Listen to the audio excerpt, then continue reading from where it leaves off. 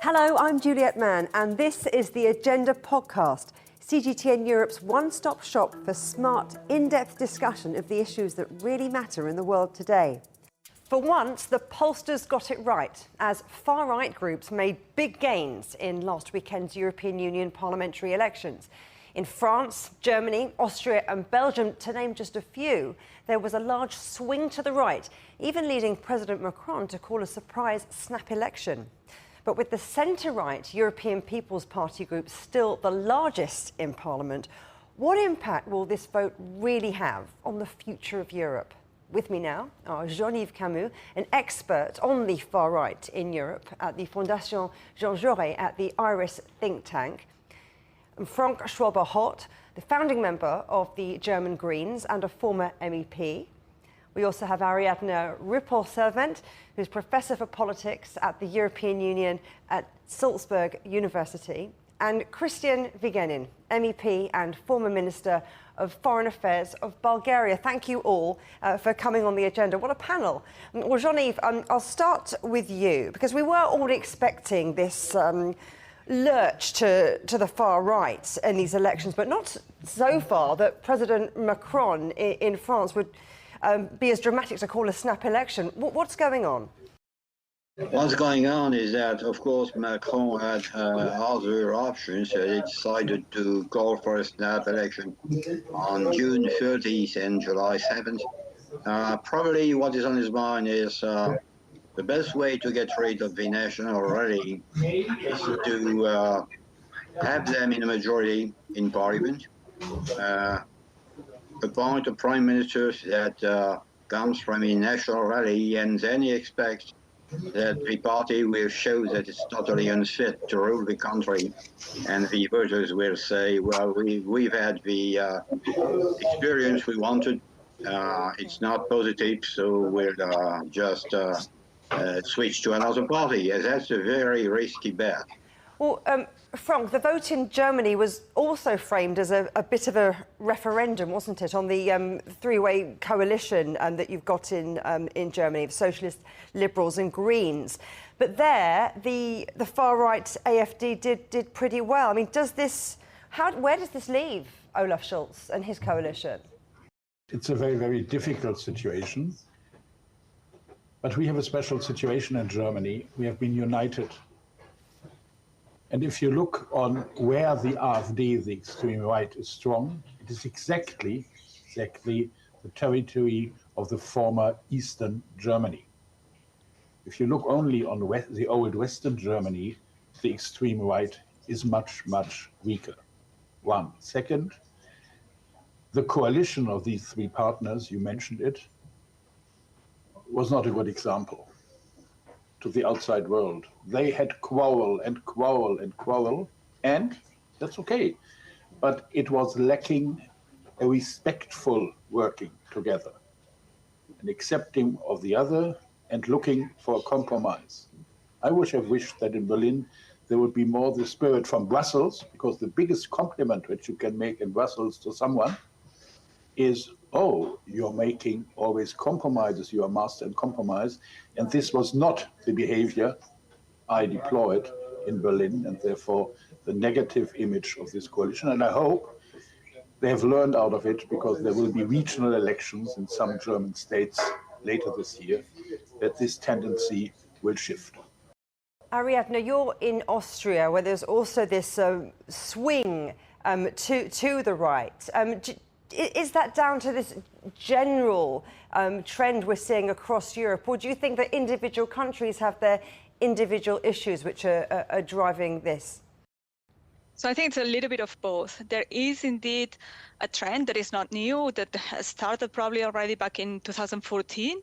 And this is important to remember, that the level where we come from is already relatively high.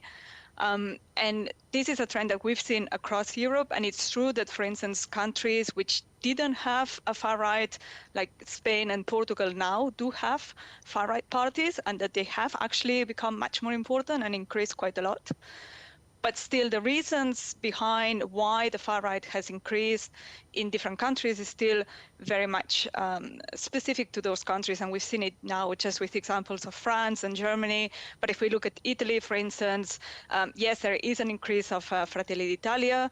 But at the same time, this means that Lega has lost a lot. So there are a lot of particular explanations for every single country. So a generalized rise, yes, but it's all the time with like specific flavors for every single country. And of course, 2024 is this huge year for elections. So while these European parliamentary elections are going on, there are some other national elections happening too. In Bulgaria, for example, Kristian, you had a national election alongside those EU ballots. Were the issues the same, do you think, in both votes? I wonder how you interpret the results. Well, in our case, as you probably know, we are in kind of political crisis for more than 2 years now. And these were the 6th parliamentary elections in 2.5 years. So the European elections actually brought some new elements and new issues in the campaign, but it was more or less the same campaign. And somehow the national elections overshadowed, on the other hand, the European. But in reality, national elections are as European as the European elections, because that's something that I tried to explain in our campaign, that it's now it's up to the national elections who will be the ministers to be sitting and taking decisions in the Council, in the European Council and in the Council of the European Union.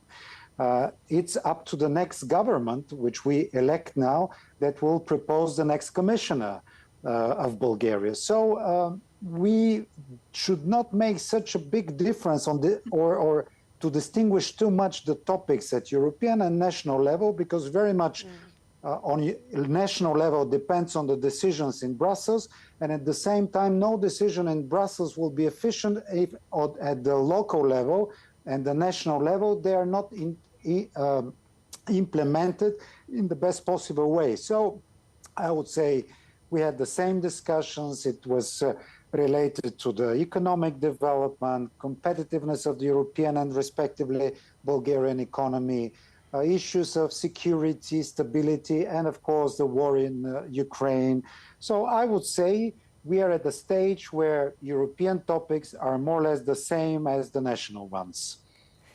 We're talking about this move and the rise in popularity of the far right. But actually, if you look at the numbers, the centrists right are still the largest group by far in the next European Parliament. So are we worrying too much about the far right? I think it's part of the natural cycle, and I'm not so much worried.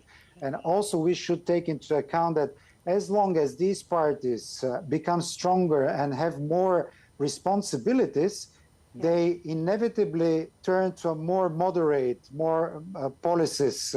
So from that point of view, maybe this is part of the natural cycle within the European Union, where such parties which are, let's say, more conservative, they have a bit more different view on the European Union. We should take into account that this feeling exists in the national member states. Yeah. And most of those parties, they're not anti-European. They rather want to see some changes within the European Union, but generally they feel EU as important for their own countries. They're not in favor of leaving EU or dissolving EU. So it's part of this debate which way EU should go, but it's not part of the debate should EU exist. Yes, all of them want the EU to continue to exist. Jean-Yves, what do you think? Are we perhaps making too much of this and worrying too much about the increased influence of the far right? No, we are not, because if it is true that the central bloc of moderates and social democrats still hold a majority, especially when you add the votes of the Green Party, of the Green members, and of the Liberals. The problem is that the mainstream conservative right in many countries, including mine, is losing ground. And, well, when it comes to France, you know, the mainstream conservatives only poll 7%. So it's not good news for democracy. I believe in a political debate that means you have a social democrat left on the one side, and a mainstream conservative one on the other side. And this is not what we're saying today. My second point is it has to be taken seriously when it is a possibility that our next prime minister comes from the ranks of a national rally, because we do not seem to understand how much that will change national policy in a country that's maybe not the only one in Europe, but which nevertheless, along with Germany, has its say in making European policy. So let's imagine that the commissioner from France comes from the national rally. Tell me, what will it be like at the negotiations table in Brussels? So this has to be taken seriously, of course. It is a democratic process, so the citizens chose to cast their vote for right parties. It's totally normal, but yet, especially given the economic situation of my country, I'm slightly frightened of what may happen on June the 13th. Frank, let me ask this next one to you, because you were one of the founder members of Germany's Green Party, but the Greens across the EU did pretty badly at a time when the focus on climate change has really never been so acute. What's happened? Why has this shift occurred? In European culture, we all know Cassandra, the messenger of bad news. We even know that prophets in the Bible sometimes brought bad news, then they were killed. I think we are as the prophets of those who bring the Cassandra message of that we have to change our behavior because of climate change, because of loss of biodiversity, that we have to change here in the north, more respectful to the global south. Therefore, I understand that a lot of people are looking for very easy answers, not to change necessarily their behavior, to contribute to a better world for all on this globe. But on the other hand, you are Chinese television. I think China with the solar panels is doing great. I think providing the rest of the world with solar panels will contribute to stabilize the price of electricity and to go forward to renewable energy future without hydrocarbons. So let's talk about that future. Ariadna, what do you think these results are going to mean for Ursula von der Leyen's green agenda? So I think that this depends a little bit on two things. The first one is whether von der Leyen will be the candidate as Commission President, and this is still not sure, right? So we have to wait and see what happens in the next few weeks. And then if she is indeed the candidate, so if the governments of the European Union agree that she should be or continue to be the president of the Commission, whether then she needs the support of the Greens, indeed, right? So that the majorities are so tight that this could happen.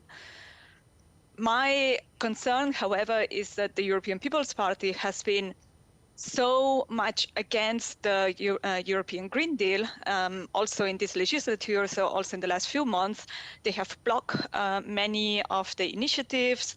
They have even kind of gone back in some of the promises made, that it's going to be very, very difficult also for von der Leyen to present the Green Deal or environmental climate policies as one of her priorities in her political agenda, right? So if she doesn't even have the support of her own political party, this is going to make it very, very difficult to continue to have a strong European Green Deal. And the European People's Party has indeed said that they might even want to roll back on what has already been done.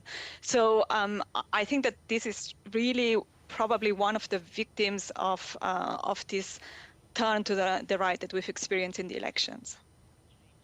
Frank, the 27-member bloc faces a daunting list of challenges, and they all played into the election campaign and will likely feature high up throughout the next legislature.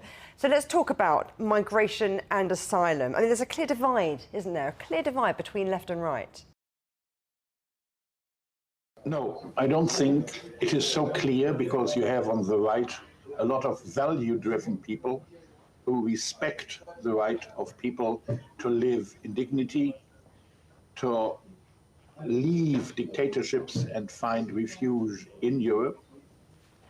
And there are international obligations, international treaties, international binding treaties that we have to give political asylum to people who are coming here.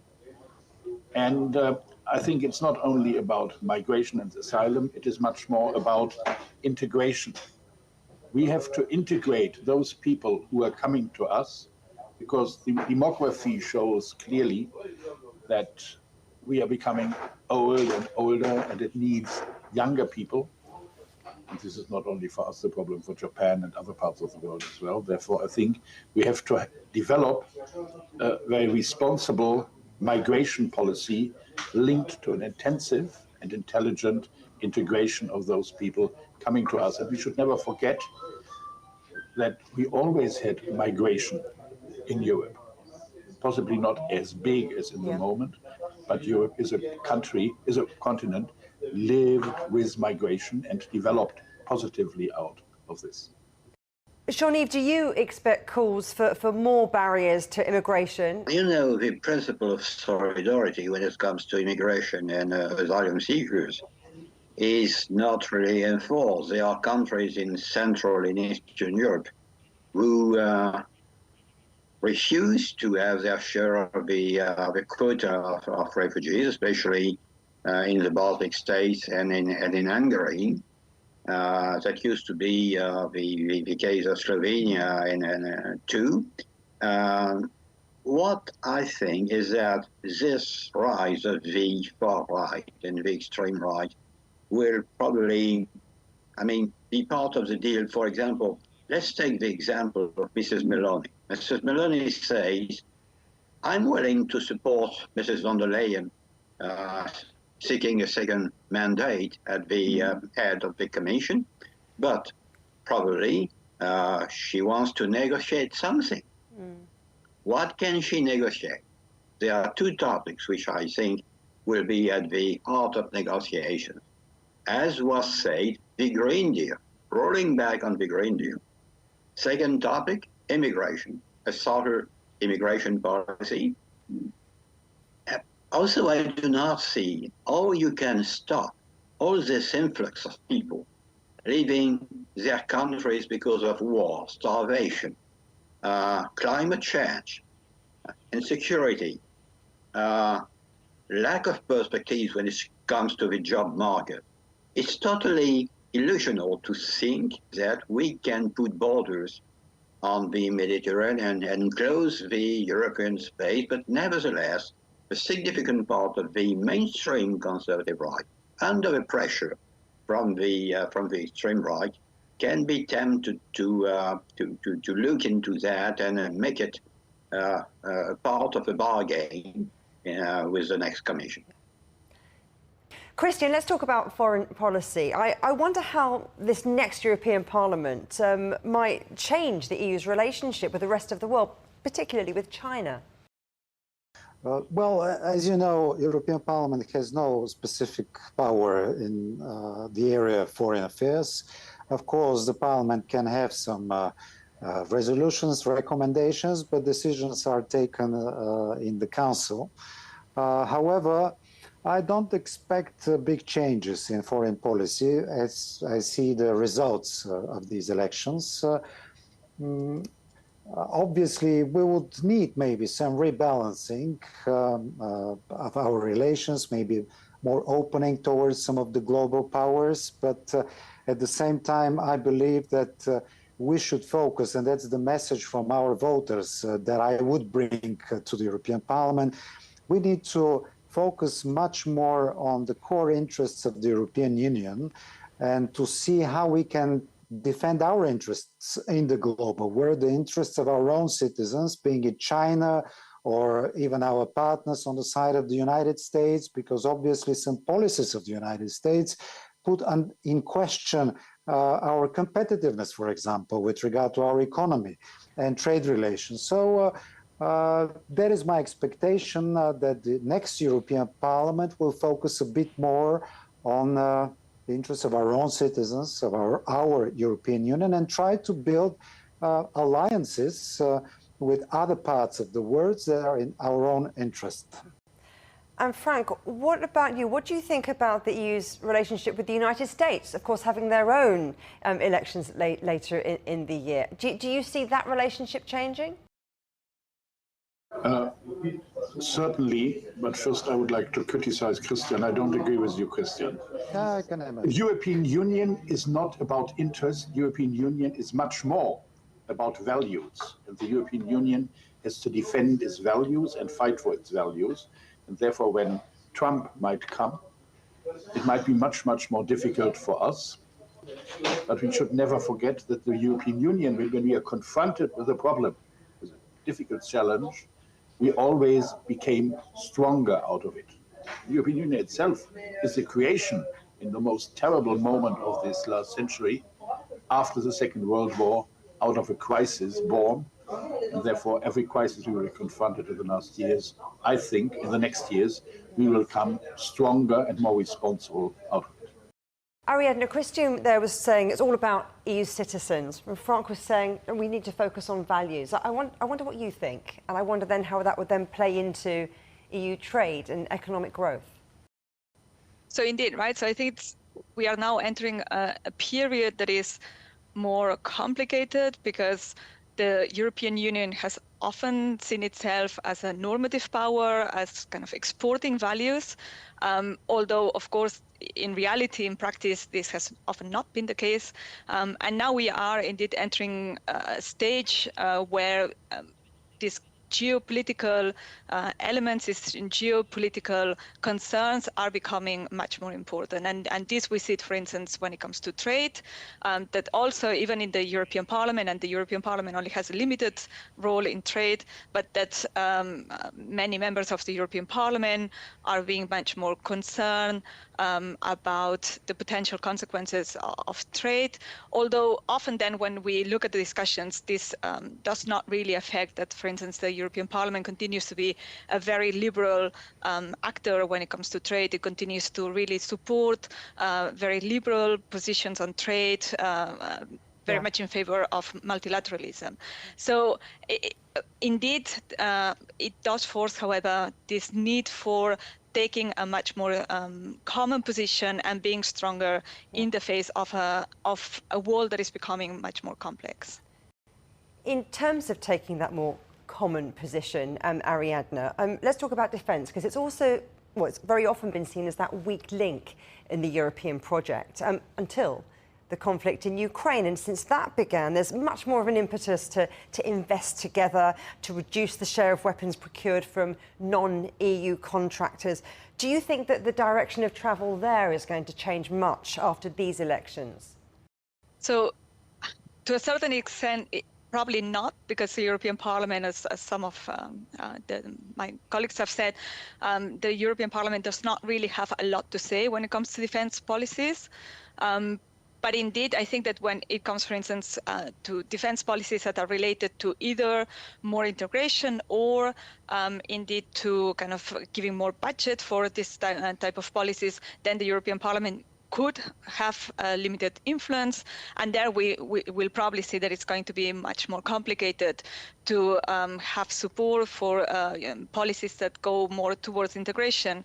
Also, many of the far right and populist parties, they are very divided on the question of Ukraine, the position of China, the position of Russia. So that probably is going to make it also much more difficult to find a common position and speak with a common voice when it comes, for instance, to military support towards Ukraine. Kristian, what do you think that the key message has been from voters in these elections? And do you think that politicians are listening? Well, it seems to me that it was different in the different countries. So I would avoid any generalizing. But as I said, in my opinion, European citizens see the value of the European Union. That's very important. In this volatile world around us, they see their countries being part of the EU as kind of an anchor of certain stability and security that is giving, certain defense. And I think now in this situation, they value it even more. And that is why they're more interested in shaping the future of the EU the way they see it. Obviously, there are different views about it, different direction of development of the EU. Of course, we always have this debate, more integration, more, let's say, more power to national and local institutions or more power to Brussels. But these are adjustments. The most important thing, taking also into account the high turnout in most of the countries, relatively high, that the European citizens want the EU to continue to exist, to be stronger, and it's up to the next European Parliament to find the balance and to try to respond as much as possible to the expectations of the people. I would avoid, in my opinion, we should try to avoid creating, big gap between the divergent views on the future of the European Union. We rather should try to find a balance in this difficult situation, because if foreign players see divisions within the European Parliament, I mean big divisions, of course there will be diverging views, but if they see big divisions, they will use them. So that is why we need to stick together as much as possible and try to shape the future together one way or another. That's my point of view at this stage. Jean-Yves Camus, Frank Schwalba-Hoth, Ariadna Ripoll Servent and Kristian Vigenin, thank you very much. Remember, you can subscribe to this podcast on iTunes, Stitcher, Spotify or wherever you get your podcasts. You can also find more agenda content on CGTN Europe's Facebook, Twitter, Instagram, Telegram and YouTube channels. Until next time, goodbye.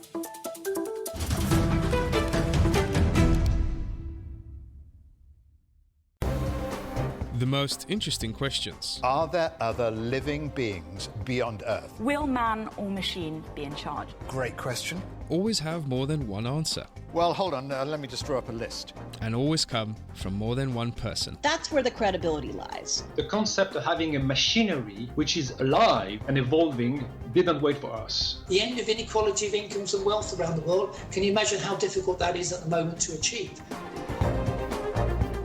Every episode, Stephen Cole, Murray Beveridge, and some of the brightest minds out there shed light on the answers to some of the most intriguing questions. There are two ways of looking at this. Machines can't really discriminate between civilian and military targets. The Answers Project. Maybe we need to just look at this in a bit more detail. Extraordinary claims require extraordinary evidence. The Answers Project, a new podcast from CGTN Europe.